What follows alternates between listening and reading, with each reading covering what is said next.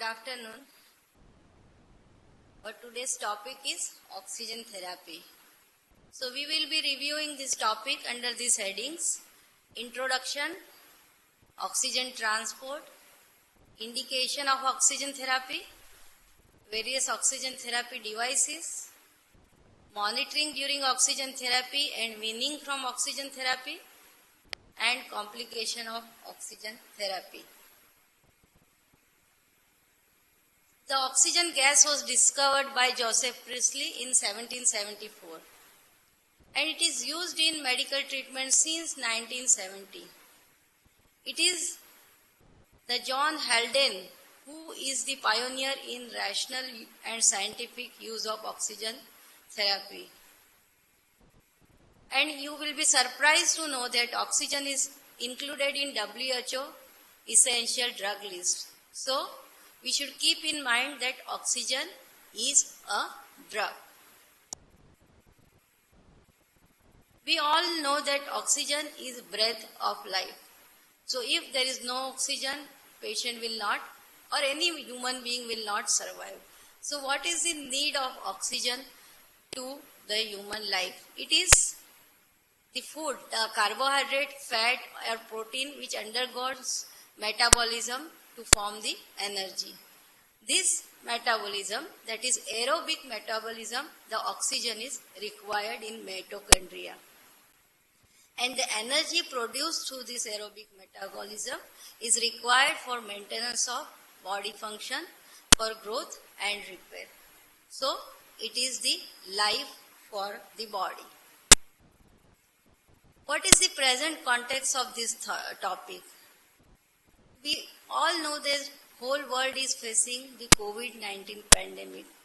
What is COVID-19? Till now you all must have read about COVID-19. It is a viral infection causing upper respiratory tract infection in some patient, lower respiratory tract infection causing pneumonia. And if in very few number of patients, it can cause acute respiratory distress syndrome. Oxygen therapy is also a very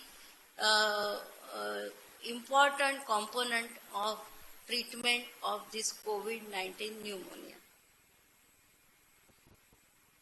Some basics about the oxygen and oxygen therapy. You all must be knowing that room air is consisting of 21% oxygen. The remaining are nitrogen and other gases. So the terminology used for this percentage of oxygen is known as fractional concentration of oxygen or fractional inspired concentration of oxygen, popularly known as FiO2. In air, the oxygen FiO2 is 21%, which can be sometimes referred as 0.21.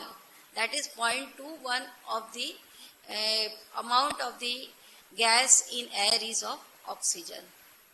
By giving supplemental oxygen, one can raise the inspired oxygen concentration to maximum up to 100%. The other terminology which are commonly used during this oxygen therapy are SpO2, that is saturation of hemoglobin with oxygen in peripheral blood. The normal value is 97 to 100%. SaO2, that is saturation of hemoglobin with oxygen in arterial blood. The normal value is 97 to 100%. SvO2, that is saturation of hemoglobin with oxygen in venous blood. That is usually 75%. What is PaO2? It is partial pressure of oxygen in arterial blood. The normal value is 80 to 100 millimeter of mercury. Same way PbO2 in venous blood is 40 to 45 millimeter of mercury. And I have already referred what is FiO2, that is fraction of inspired oxygen concentration. Now you all must have learned about the oxygen transport in your physiology lectures during first MBBS. Let us revise how the oxygen is transported into the body. The oxygen enters into lung through the process of respiration, where it diffuses through alveolo-capillary membrane and enters into pulmonary circulation. From pulmonary circulation, it goes into systemic circulation and reaches to the tissue. Now in the blood, the oxygen is transported in two different ways. One is oxygen dissolved in plasma and oxygen combined with the bound to the hemoglobin. So how much oxygen is dissolved in plasma is you can calculate with the formula, that is PaO2, that is the partial pressure of oxygen in the blood multiplied by 0.003 ml. And the oxygen bound to the hemoglobin can be calculated by the hemoglobin in gram percent multiplied by the saturation of hemoglobin with oxygen in blood and 1.34 ml. 1.34 ml is the amount of oxygen carried by 1 gram of the hemoglobin. So, the arterial oxygen content comes to be 20 ml per 100 ml of blood. And the venous oxygen content is 15 ml per 100 ml of blood. It is quite natural that the blood oxygen content of the venous blood is lesser than the arterial blood, because the blood oxygen is extracted by the tissue at the peripheral level. The amount of oxygen extracted by the tissue is 5 ml per 100 ml of blood. Now what is oxygen flux? It is the amount of oxygen leaving the left ventricle per minute. It can be calculated by the formula as under, that is cardiac output multiplied by hemoglobin saturation of oxygen multiplied by hemoglobin in gram percent multiplied by 1.3 ml. By putting the normal values in this formula, the result is 1000 ml per minute. So 1000 ml of oxygen leaves left ventricle per minute. From this, 250 ml of oxygen is utilized by the tissue per minute and 750 ml of oxygen returns to the pulmonary circulation through the venous system. So from above formula, we can revise this formula. We can see that what are the parameters important for the transport of oxygen to the tissue. They are cardiac output, hemoglobin level and saturation of the hemoglobin. So the problem with any of these parameters can reduce the oxygen carrying capacity of the blood. You can measure the oxygen by two methods, that is SpO2, that is oxygen saturation in peripheral blood, and PaO2, that is oxygen saturation in arterial blood, where commonly the blood is collected from the radial artery as shown in the figure on right side. Now what is oxygen hemoglobin dissociation curve? It is the relationship of the partial pressure of oxygen with that of the saturation of the oxygen. So from the saturation of the oxygen we can predict the partial pressure of the oxygen.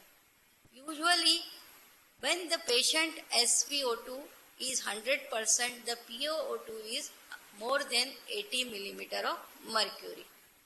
When the SpO2 is 90%, the PaO2 is around 60 millimeter of mercury. So coming to the today's topic, that is oxygen therapy. The commonest indication of oxygen therapy is hypoxia. So what is hypoxia? It is the lack of oxygen to the tissue. The other terminology used in context of hypoxia is hypoxemia. So what is it? It is the lack of oxygen in blood. But usually this hypoxia and hypoxemia Both terminology are used interchangeably. And whenever we mean hypoxia, it is hypoxemia, because the hypoxia is the indirect evidence of, hypoxemia is the indirect evidence of hypoxia. It is very difficult to measure the lack of oxygen at tissue level, so we measure the lack of or deficiency of oxygen in blood, and we can say that there is hypoxia. Now, what is the definition of hypoxia? When the partial pressure of oxygen in blood is less than 60 millimeter of mercury, or the oxygen saturation in peripheral blood, that is SpO2, is less than 90% in a patient or subject breathing room air, is defined as hypoxia. But if a patient is breathing oxygen, then is it possible to diagnose hypoxia? Yes. If a patient is breathing oxygen and the SpO2 or PaO2 is less than expected at particular concentration of oxygen, then it is labeled as hypoxia. Now, what is expected PaO2? It is usually 5 times of the FiO2. That means if a subject is breathing 80% of the oxygen, then the expected PaO2 should be 80 into 5, that is 400 millimeter of mercury. Coming back to the physiology, that we are breathing room air, that is 21% of the oxygen. So, the PaO2 of the subject breathing room air would be 21 multiplied by 5, that is around 100 millimeter of mercury. So, what are the different types of hypoxia?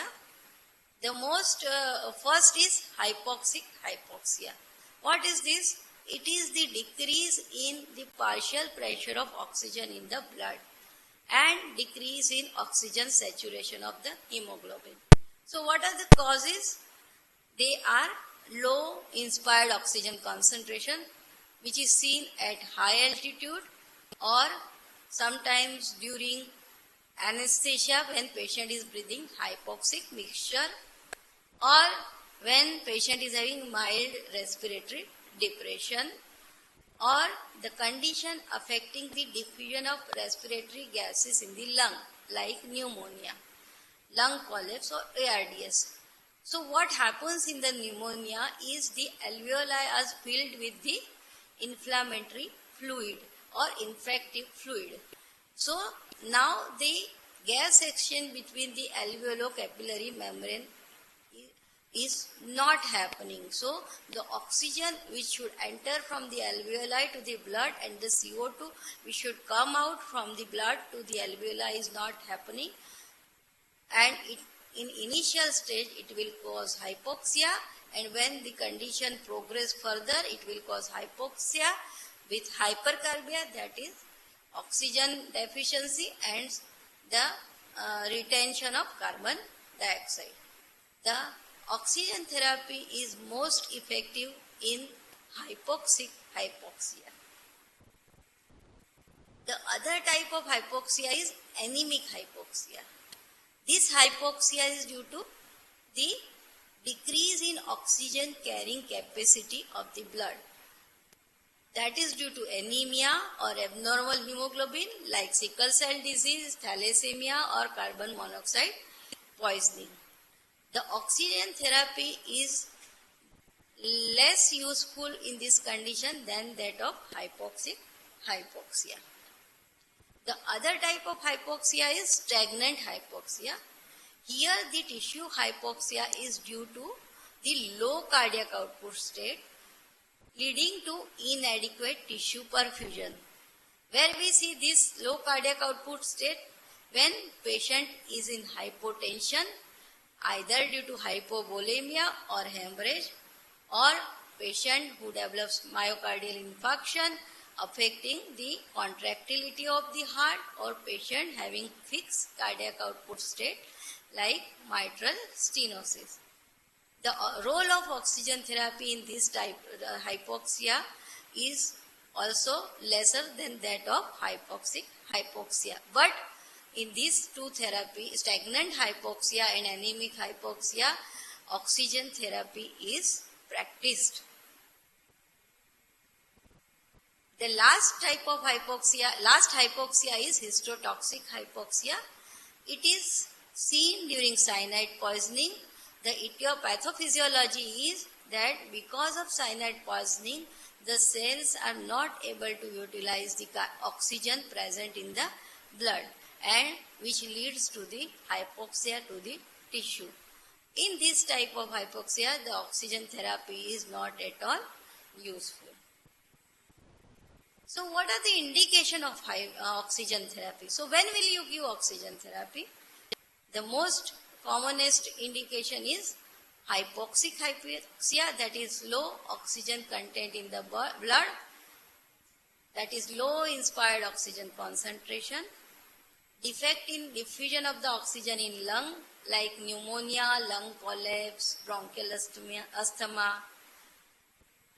The second is problem with oxygen transport, that is low hemoglobin level. The respiratory disease like again pneumonia, pneumothorax, bronchial asthma, tuberculosis, ARDS. Oxygen therapy is used during critical illness like shock, septicemia, severe hemorrhage, anaphylaxis, drowning, head injury, status epilepticus, and carbon monoxide poisoning. It can be used in other illnesses like cardiac failure, anemia, pulmonary edema, myocardial infarction, sickle cell crisis, etc. So now what is oxygen therapy?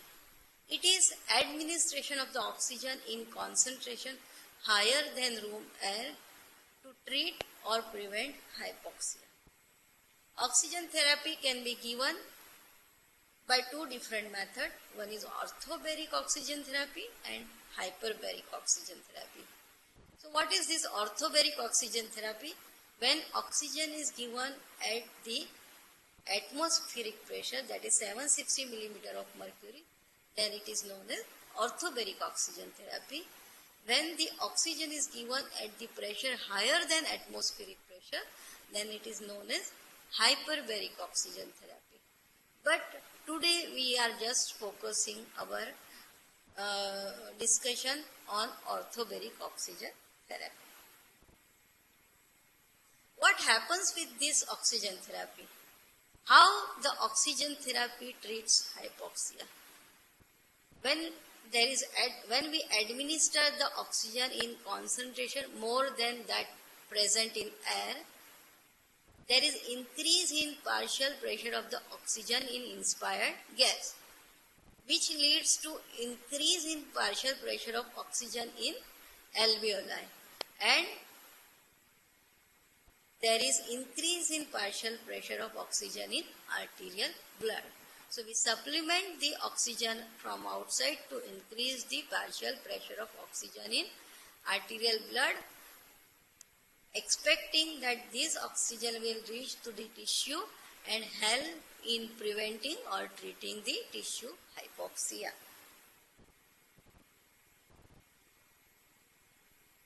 So when patient is hypoxic, we have to do assessment of the patient. So how a hypoxic patient is presented?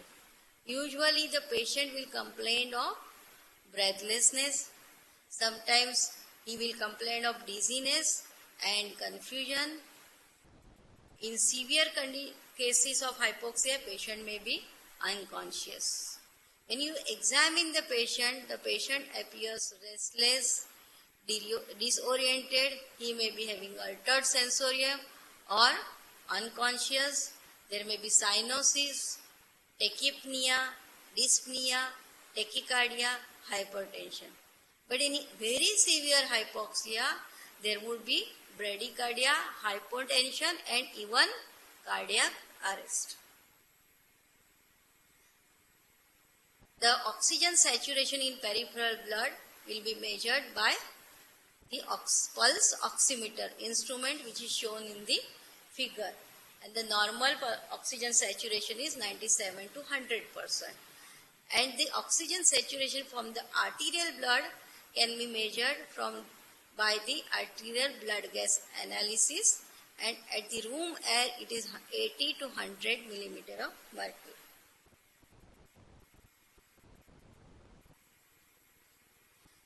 SpO2, that is oxygen saturation in peripheral blood, is now popularly known as fifth vital sign.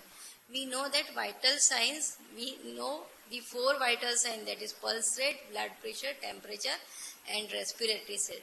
So it is necessary that you document the fifth vital sign in the observation chart or examination chart of the patient. It is also very important in diagnosing and managing the patient, critically ill patient and other patients. When will you do arterial blood gas analysis? Because it is not done in all the patients. It is required in critically ill patient when the oxygen saturation is less than 94%, or in any patient there is fall in oxygen saturation by 3%, or a patient who is at a risk of type 2 respiratory failure. Now what is this type 2 respiratory failure? Where the ability of the respiration to wash out the CO2 is also compromised, and there is possibility of retention of the CO2 suggestive of hypercapnia. In this patient also ABG analysis is important. It is important in patient with metabolic acidosis, because arterial blood gas analysis gives us the value of the partial pressure of oxygen, partial pressure of carbon dioxide, pH of the blood and bicarbonate level of the blood, which may be abnormal in patient with metabolic acidosis. And sometimes a patient who is in hypotension or where the peripheral circulation is very poor, hypothermia, where the oxygen saturation measurement from the periphery is very difficult, in this situation also arterial blood gas analysis is important. So now what are the sources? Now we have decided that the patient is hypoxic, he needs oxygen therapy, but where is oxygen? From where the oxygen is administered to the patient? So in hospital, these are the two sources of oxygen. The first, the figure on the left side is oxygen cylinder. Here the oxygen cylinder is filled with medical grade oxygen and the patient receives oxygen through this cylinder. The figure on the right side is showing the central oxygen supply. A big hospital having more number of patients will have this facility where the central oxygen supply is installed, where big cylinders are kept in the one place from where the oxygen goes to various patient care area through the pipeline. The oxygen therapy can be given at home in some patients, and for home oxygen therapy this instrument is used known as oxygen concentrator. This instrument draws the air from the air from the atmosphere, and then it extracts the oxygen from the air and gives pure oxygen to the patient in concentration which is desired, which is adjusted by the user. So now how to give this oxygen to the patient? So we have oxygen source. Now we have to give this oxygen to the patient. So we should have an oxygen delivery system. So there are two different types of oxygen delivery system. One is low flow or variable performance system, and another is high flow fixed performance system. So what are these? What is low flow system? Here the oxygen is delivered at low flow. So it is known as low flow system. and the performance of this system depends on the patient's effort, patient's respiratory effort, that is tidal volume, respiratory rate and inspiratory flow. So the performance of this system is not fixed, it variable along with the patient's respiration, and so we cannot judge the exact FiO2 with this system. We can just predict the FiO2 delivered by this system. So which are these low flow system? The first oxygen delivery devices of low flow system is nasopharyngeal catheter. 8 to 14 gauge catheter is passed through the nasopharynx. The distance of the catheter introduced is nasopharynx is measured from the ala nasi to the tragus. So the tip of the catheter lies at the junction of the nasopharynx with the oropharynx. Through this we can give 3 to 4 liters of the oxygen. But the problem with this device is it can be blocked with the nasal secretion and it can stimulate the gag reflex. So the alternate to this nasopharyngeal catheter is a nasal cannula or prongs. It is a plastic disposable device having 2 prongs of 1 centimeter length connected to the oxygen cannula. This cannula can give oxygen at the flow of 1 to 5 liter per minute, which can provide the oxygen concentration from 24% to 40%. This device is attached to the nose of the patient, so it is better tolerated than the mask. Patient can speak, drink or eat along with this device. This device does not require humidification because the gas goes through the nose, and nose is the natural humidifier of the gases. But we cannot give the flow rate more than 5 liter per minute with this system. The nasal cannula, the prediction of the FiO2 can be done with nasal cannula by this way. Any 1 liter of the oxygen can increase the FiO2 by 4%. Say the FiO2 of the air is 21%, or for the purpose of calculation we will take it 20%. If you give 1 liter of oxygen, the FiO2 increases by 4% to 24%. This way, when you give 5 liter of oxygen, the FiO2 increases by 5 multiplied by 4 plus 20 is equal to 40%. The other low flow oxygen delivery devices is simple oxygen mask. This PVC mask is connected to the oxygen cannula. With this mask we can give 5 to 10 liter of oxygen and the FiO2 achieved is 35 to 60% of the oxygen. 60%. But this device requires humidification of the gases. As these gases, which is either given from the cylinder or central oxygen supply, are dry gases and they can irritate the upper and lower airway. So when it is given through face mask, it should be humidified.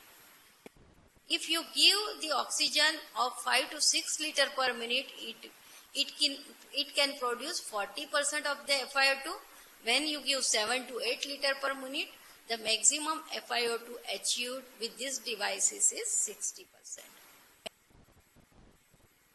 The third device in low flow system is partial rebreathing mask with reservoir bag. Here a reservoir bag is attached to the mask, which will act as a reservoir of the oxygen. Patient inhales through this reservoir, but if a reservoir is not full of oxygen, then patient draws the air from the atmosphere. And when patient exhales, the first third of the exhaled gas also mixes with the reservoir, and there is a possibility that patient inhales this expired gas in the next inspiration. So The maximum FiO2 one can achieve with these devices is 40 to 70%.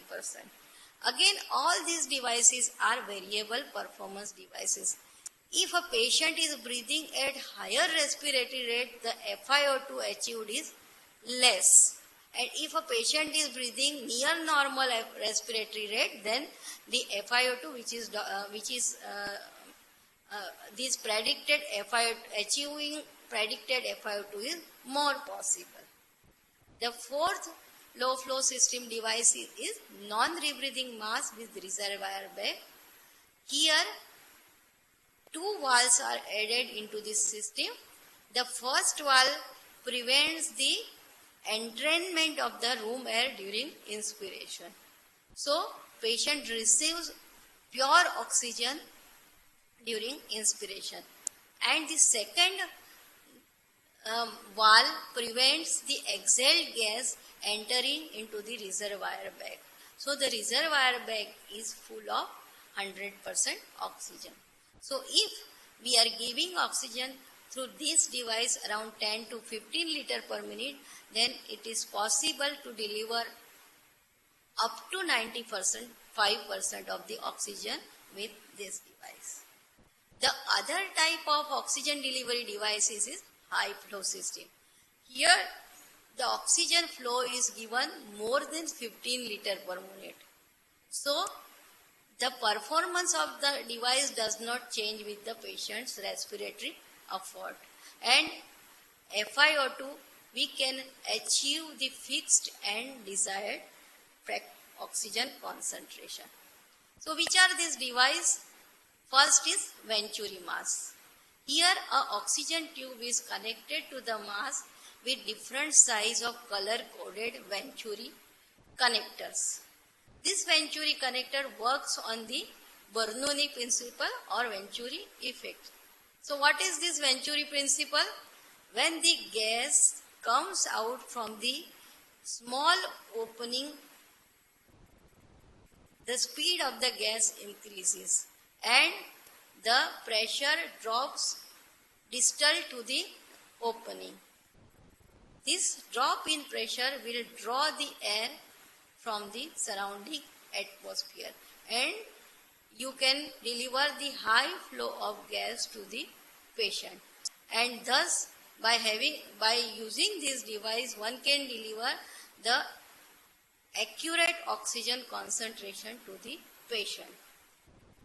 There is no possibility of CO2 rebreathing as the gas flow which is delivered to the patient is higher than the requirement of the patient, so there is no rebreathing. Each color-coded Venturi is labeled with the flow rate of the gas and the FiO2 achieved with this Venturi mask. So this is the table showing various FiO2 achieved with various oxygen flow per minute. The other high flow oxygen system is oxygen hood. It is used for the babies less than 1 year of age. Because of the size, it cannot be used in babies more than 1 year of age. But the hood covers only face of the patient. So the access to the chest, trunk and extremity is possible. We can control the concentration of the oxygen and temperature and humidity of the oxygen with this device. And this oxygen hood can deliver 80 to 90% of the oxygen at 10 to 15 liter per minute.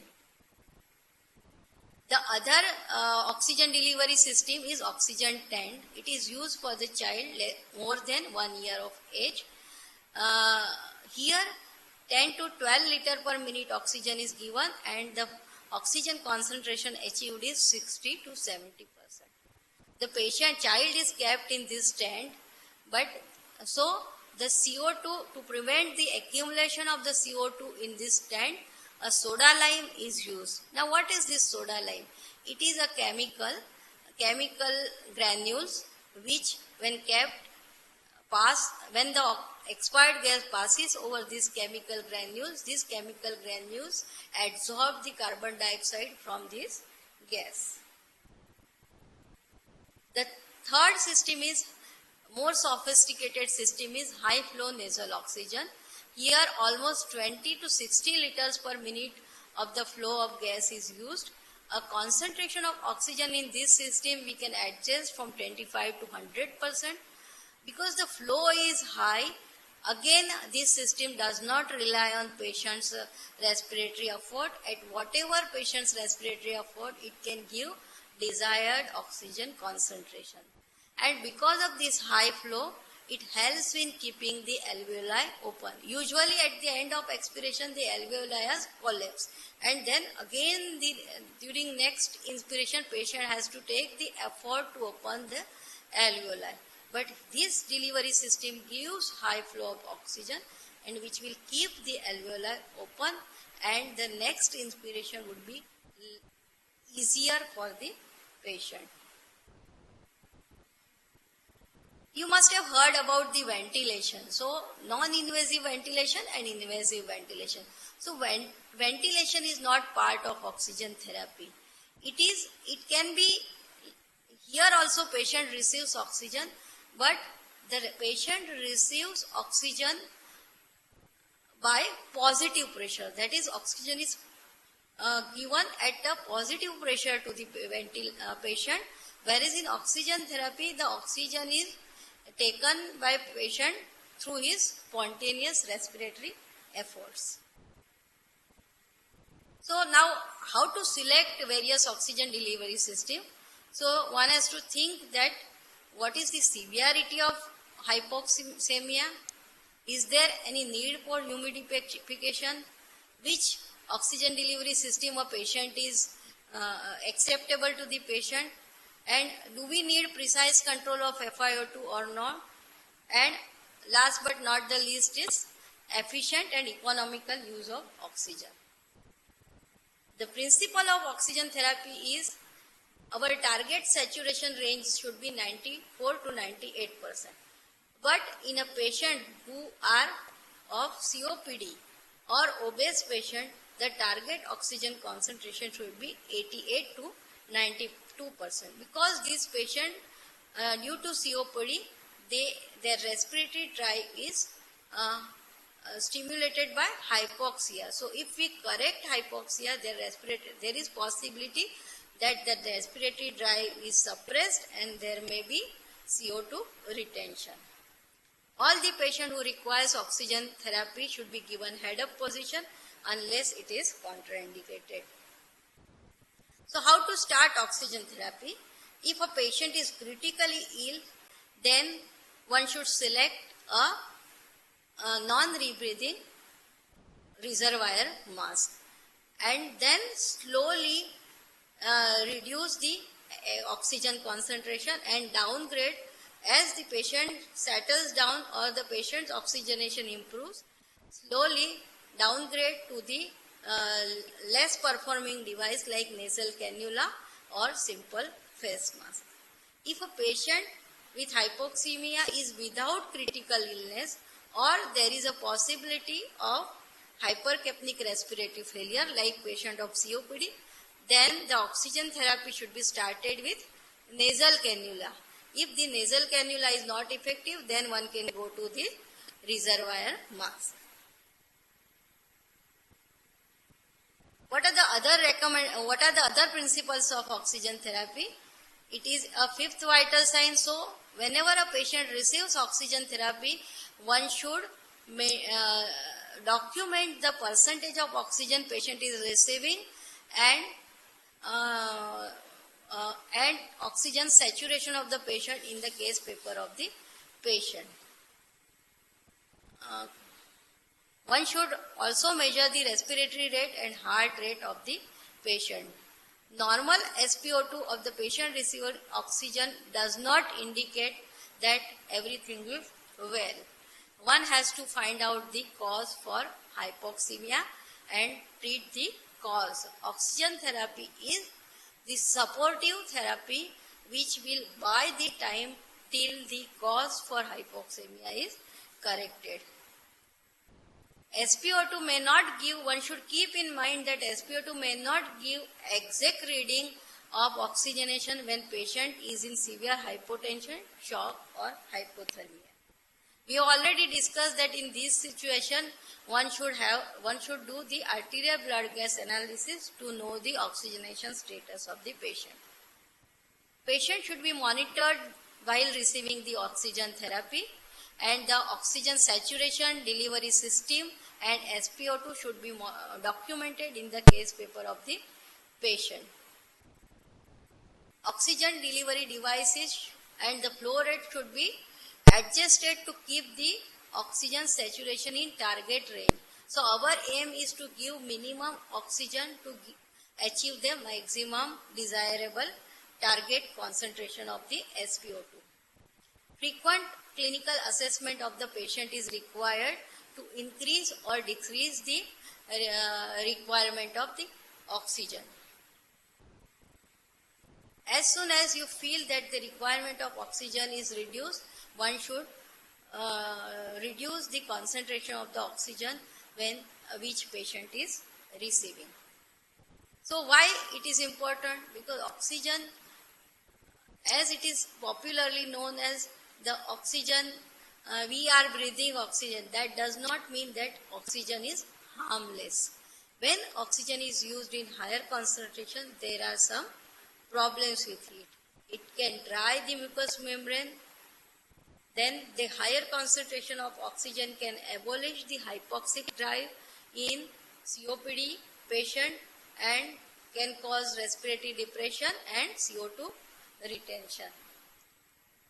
It can delay in detection of the respiratory depression.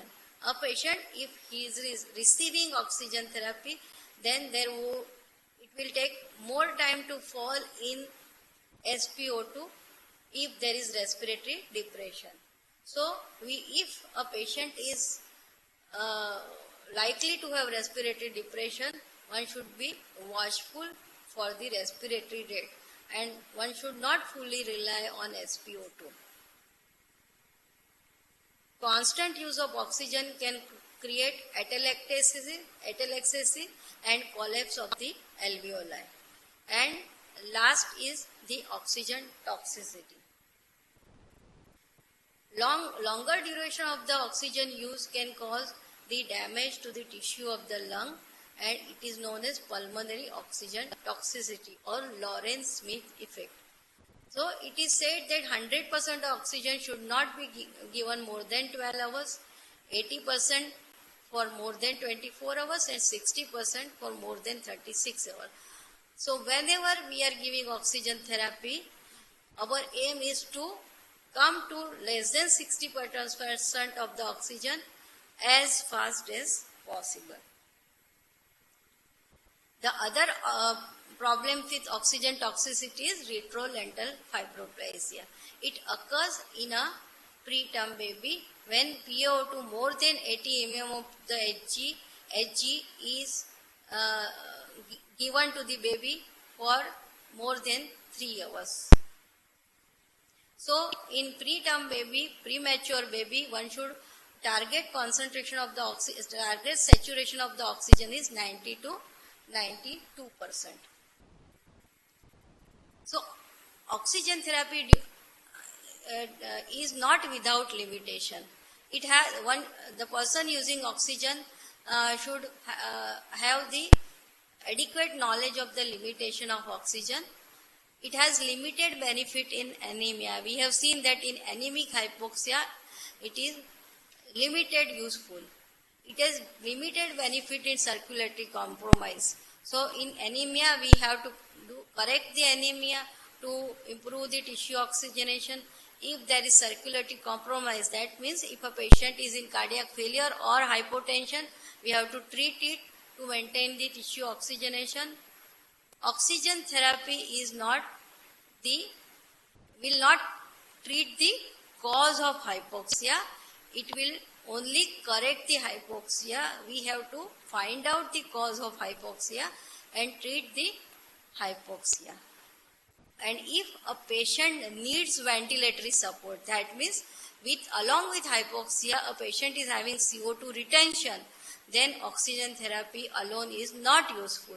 Here, patient requires ventilatory support, and then patient may require, here we have to give either non-invasive or invasive ventilation. Patient at risk of type 2 respiratory failure, that is patient with COPD or morbid obesity, oxygen therapy may cause life-threatening CO2 retention. Sometimes the clinical deterioration may be masked by high oxygen therapy. That means a patient's respiratory depression may not be detected fast because patient is receiving oxygen. To summarize, oxygen is essential for body metabolism. It is life-saving, but one should keep in mind that it is a drug. It should be prescribed in required quantity for required time by trained personnel with clear understanding of its uses and its limitation. Thank you.